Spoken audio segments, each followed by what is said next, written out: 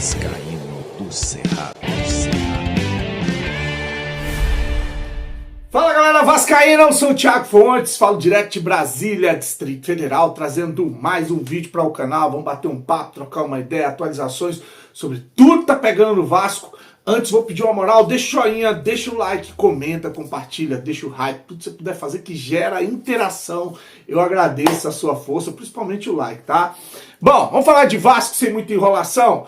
Eu vou começar com uma notícia ruim. O Sub-20 do Vasco está jogando agora o Campeonato Brasileiro contra o Palmeiras, o melhor time, é o líder do Campeonato Brasileiro Sub-20, em casa, tá perdendo por 2-0. 2 gols em 9 minutos. Ficou com inveja do Urubu, do jogo contra o Bayern de Munique, só pode. 2 gols em 9 minutos, tá perdendo por 2-0, tá saindo da zona de classificação, tá no limite ali. Ele é o nono, né, o primeiro time fora da zona de classificação, e o pior, né, faltando poucas rodadas, 16, 17, 18, 19, acho que só faltam 3 rodadas, 17, 18, 19, faltam 3 rodadas, vai ter que se virar para ganhar. Pegou uma sequência ruim o Vasco aí, nesses últimos jogos. Eu trouxe aqui da última rodada, eram 5 jogos, 1 vitória, 2 derrotas e 2 empates, agora mais uma derrota, então tá vendo a classificação escapar pelos dedos aí. O Sub-20 que tem uma defesa que toma gol pra caramba, né? Enfim, tá, então vamos ver, tomara que consiga chegar a um empate aí no segundo tempo, mas muito difícil, contra o melhor time da competição, é difícil esperar essa reação. Olha, o Vasco encara no sábado lá o time uruguaio,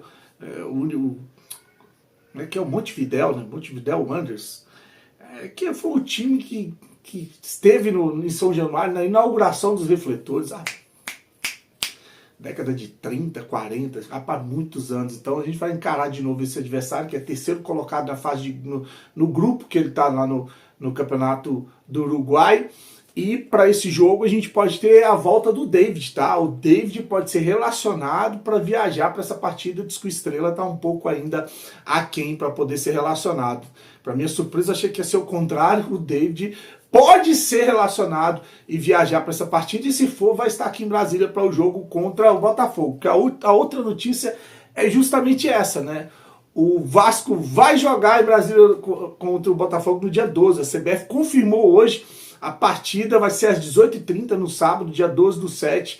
Vasco e Botafogo. O Botafogo que está sem o técnico e sem o atacante Igor Jesus, foi negociado. O Igor Jesus foi vendido lá para o time do grego.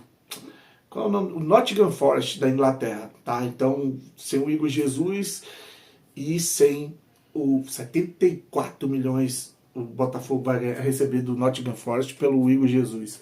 Enfim, tá confirmado então o jogo para dia 12. Havia uma preocupação com relação ao adiamento dessa partida, a CBF confirmou. O Lloyd, falei hoje aqui sobre o salário do Lloyd, o Lloyd pediu dispensa do Vasco para resolver problemas familiares. O Vasco dispensou ele dos treinos, e aí o jogador é dúvida para viagem, para o jogo contra o time uruguaio, o amistoso, e consequentemente acaba ficando de fora também do jogo. Pode até vir, mas difícil conseguir a oportunidade se ele ficar de fora desse amistoso aí, né? Então ele saiu para resolver problemas pessoais, foi liberado. O Lloyd, até tem jornalista, não sei se foi o Fábio Azevedo, dizendo que o Lloyd e o Jean David estão surpreendendo nos treinos. Misericórdia, cara. Isso é pra quê? Pra valorizar e o cara ser vendido? Ou é tipo assim, vamos lá, botar aqui, os caras estão voando no treino porque a gente não vai contratar para amenizar a pancada que a gente vai tomar por passar mais uma janela sem contratar. Será que é isso?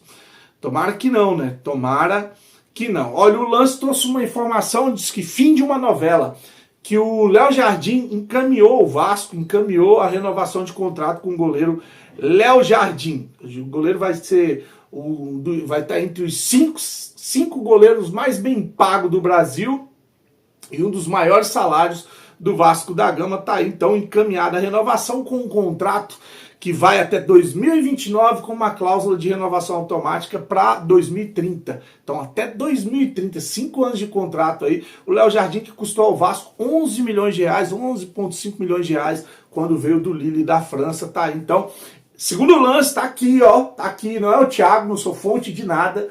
O Lance falou que a novela acabou, que o contrato está encaminhado, tá? A renovação está encaminhada.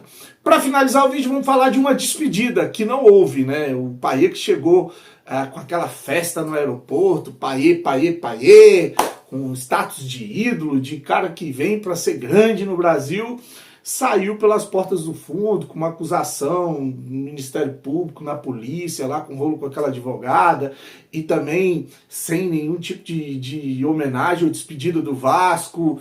Uma despedida melancólica, né? Uma saída melancólica do Dimitri Payet, que até hoje não tinha se posicionado a respeito da sua saída, mas hoje ele publicou no seu Instagram, vou colocar aqui se eu lembrar na edição, tá? E vou ler para você o que o Payet falou. Abre aspas aí para a publicação do Dimitri Payet. Eu passei a vida inteira ouvindo falar da cidade maravilhosa.